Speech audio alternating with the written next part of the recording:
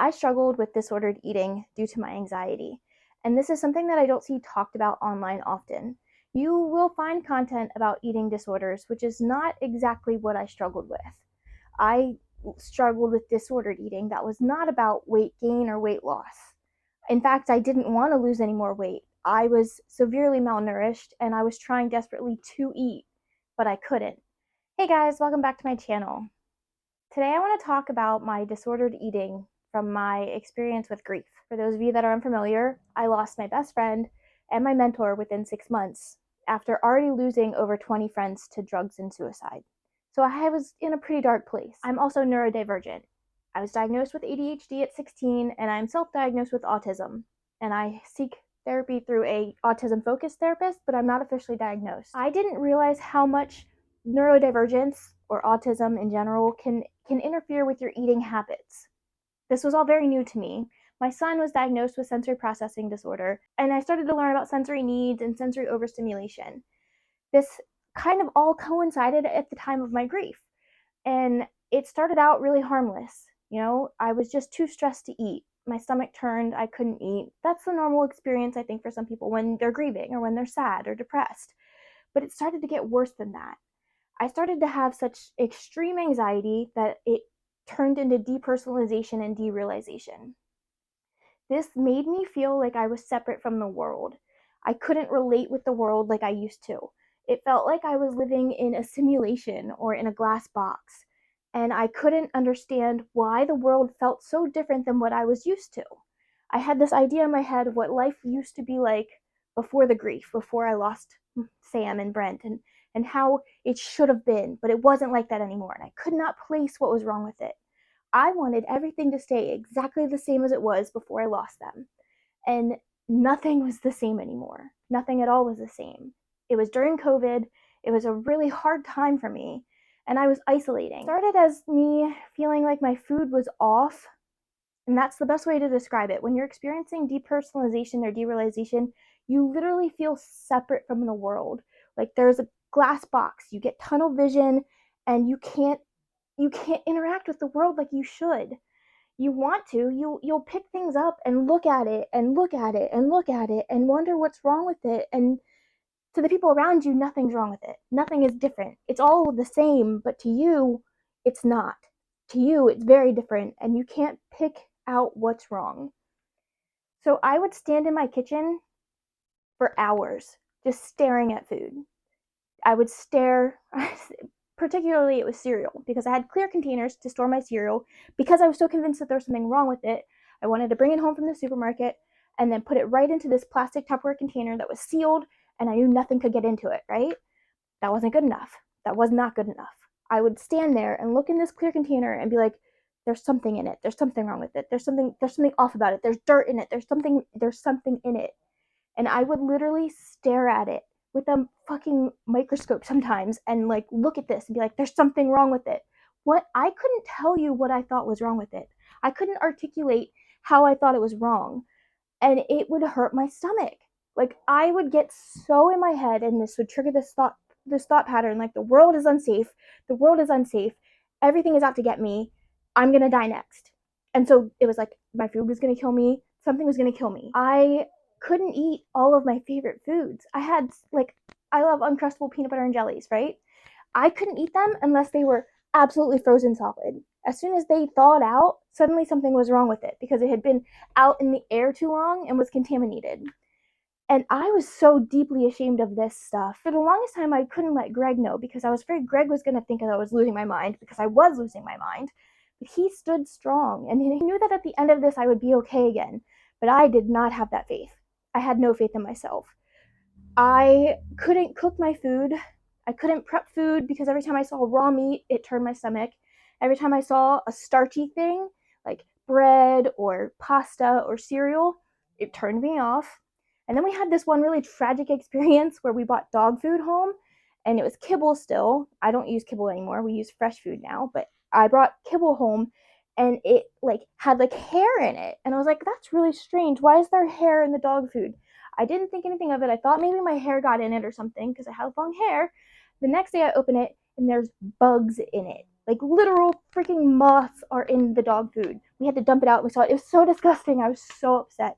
It was from PetSmart, and apparently they had a huge problem with this. We took it back, they refunded it, and they told us that they had a problem. It's like, why are you selling the products like this? So this thought, right? These moths, these pantry moths, are in my house. This is my thought. This food was in my house for a few days, but I don't know at that point. Like, I just couldn't. It took away any sense of safety that I had and trust in my food that I had. It was gone. It just completely eroded it because that was in. I stored dog food in a big plastic tub too, so it was like now my tubs are contaminated. Now everything's contaminated, and like every time I tried to cook food, I couldn't. I had a very, very few safe foods. So what I was like experiencing is like ARFID. It's where your sensory needs are so overwhelmed, you're so overstimulated by your environment that you cannot eat. I have safe foods, and had I had gotten to a point where I was not eating. I was so malnourished and I lost so much weight. I went down I was down about 30 pounds, and I have gained the weight back. I'm healthy again. I'm eating better now. And it took a long time for me to get here. And I wanted to talk about this because I don't feel like it's something that people share openly, because you sound crazy when you talk about it. You sound insane, and that's okay. I'm accepting that I was under a lot of stress. I had lost a lot of people in 5 years. 20 plus people is a lot of people to lose in 5 years. And then having so many of them be people that I cared about so deeply, like my best friend and his wife and his ex-girlfriend and my mentor and my sister-in-law and like my ex-boyfriend. That's too many people that you love. You literally lose your mind. And that's part of grief sometimes. It's complicated grief, it's complex grief, it's not normal grief, it's grief that you should seek therapy for, which I did. But I had to learn that the world isn't controllable, and that's what I was trying to do. I was trying to control my environment. So I would buy pizza, right? And I wouldn't like the green flecks in it, or I wouldn't like the way that the cheese burned, or I couldn't eat certain. I don't know if you can hear my dog snoring, but he's snoring really loudly. I couldn't eat bread. I definitely couldn't eat toast. I couldn't eat the butter if the butter sat out. It got to be so bad. I was eating very bland. Like, I was eating a lot of ice cream, a lot of vanilla ice cream. That was like my staple item for the longest time.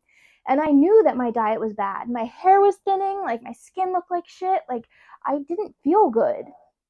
So I slowly started to make improvements. And I had to start at like base zero. I went back to baby food to make sure that I was getting some fruits and vegetables because I couldn't eat anything that was in my house. It took me so long to trust my house again. It was so traumatizing. And then having the pantry moss from the dog food, that was uber traumatizing. Like, I cannot explain how deeply sickening that was to me. And I wished that I had control over the world. I wished that I had control over my kitchen, that I could keep it as clean as I wanted it to be, and that I knew everything was not touched. And then we had a leak in my basement, right?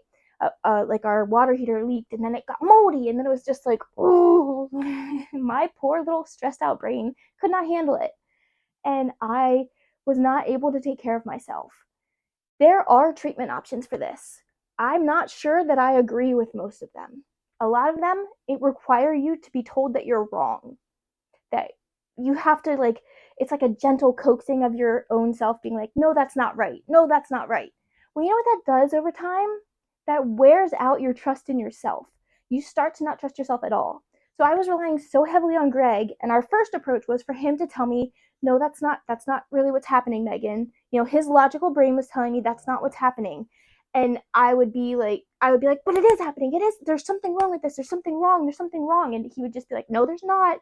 And doing it in a loving fashion, but like still telling me your brain's wrong. Something's wrong with your brain. Your brain's wrong. Don't trust yourself. You can't trust your judgment. You can't trust your thinking. And that eats at you. When you can't trust your own thinking to eat, how can you trust your own thinking to do anything else? It got to a point where I was so bad and I didn't trust myself and I was so lost and broken, like I was having panic attacks on the regular, that we realized this treatment approach that the internet and like therapy and all of these people, they're trying to tell you that this is the way, is not right. It's not right at all. You need to be met with empathy and openness, because I could be right. There's a possibility that in my neurotic state, I was right that there was something wrong with that cereal. I was right that there was something wrong with that pizza. I could have been right. There's no way of knowing right or wrong in that situation. what's right to me could be wrong to Greg, and vice versa. So we learned that we had to meet each other with empathy and openness. So when he started to meet me with empathy and be like, you know what, that could be, yeah, you could be right. That could be an option. I started to be able to meet him with like, oh, maybe you're right. Maybe there is nothing wrong with the food. And it was this gentle rebuilding of my trust in him and myself at the same time because I was so resentful when he was telling me that I was wrong.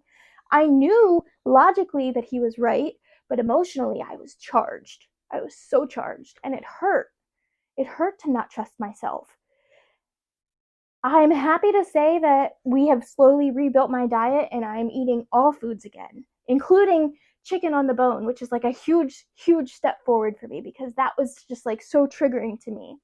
I couldn't eat all of my favorite foods. I lost the love of food for the longest time. I just want you to know that if you're struggling with your eating in any way, if any of this resonates with you, it's okay to be crazy.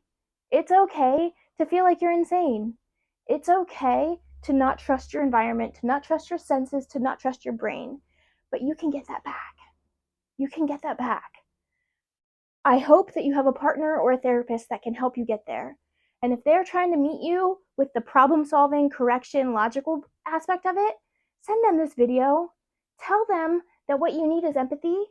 You need the openness to be right or wrong because we can't know for sure. And that's what my brain kept holding on to. It's like, he can't know for a fact that he's right.